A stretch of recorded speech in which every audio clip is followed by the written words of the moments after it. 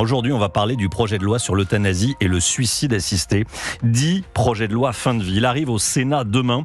Ce n'est pas un Xème texte de loi sur la santé en France dont il est question, mais d'un vrai basculement sociétal. Et on a 1 heure pour bien comprendre les enjeux de ce texte, Marie-Estelle Dupont. Oui, quand j'observe ce qui se passe en France, je me dis que c'est un garçon optimiste.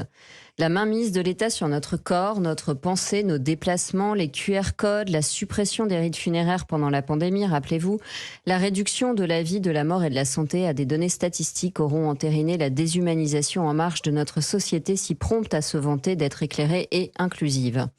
Alors le sujet du jour, chers auditeurs d'Europe 1, ce n'est pas le droit individuel de se suicider. C'est ce qu'une société dit lorsqu'elle revient sur l'interdit de tuer, qui n'est pas religieux, je le rappelle, mais civilisationnel.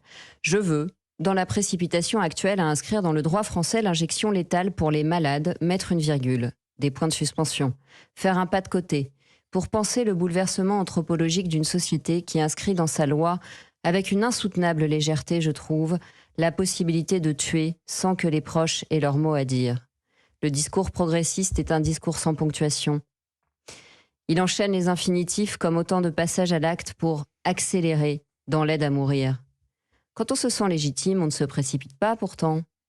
Étrange empressement de certains dans la modernité à liquider au plus vite tous ceux qui risqueraient d'être à leur corps défendant trop longtemps dépendants. Pas un mot sur le développement possible grâce à la technique moderne des soins palliatifs. Pas un mot des liens humains, dont on sait pourtant qu'ils sont impuissants antalgiques tant les hormones d'attachement apaisent la douleur physique. C'est ce qui explique qu'un bébé qui hurle se calme quasiment instantanément dans les bras de sa mère, ou qu'un de mes patients à l'hôpital, dont les tremblements ne cessaient même avec des médicaments, s'apaisa d'un coup, lorsque je posais ma main sur son bras avec sa permission. Magie du lien et de la présence qui dit « Je suis à vos côtés ». Mais ça coûterait trop cher. Alors aujourd'hui, je voudrais parler de la façon dont on fabrique le consentement et le désir de mourir dans un monde qui bientôt fera de la relation humaine dans le soin le privilège des plus aisés. Car on propose un droit qui deviendra une injonction, puis un devoir.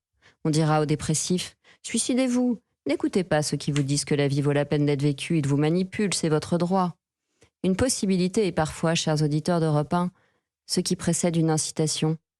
Je suis inquiète, car bientôt le médecin et l'État auront droit de vie et de mort sur les innocents,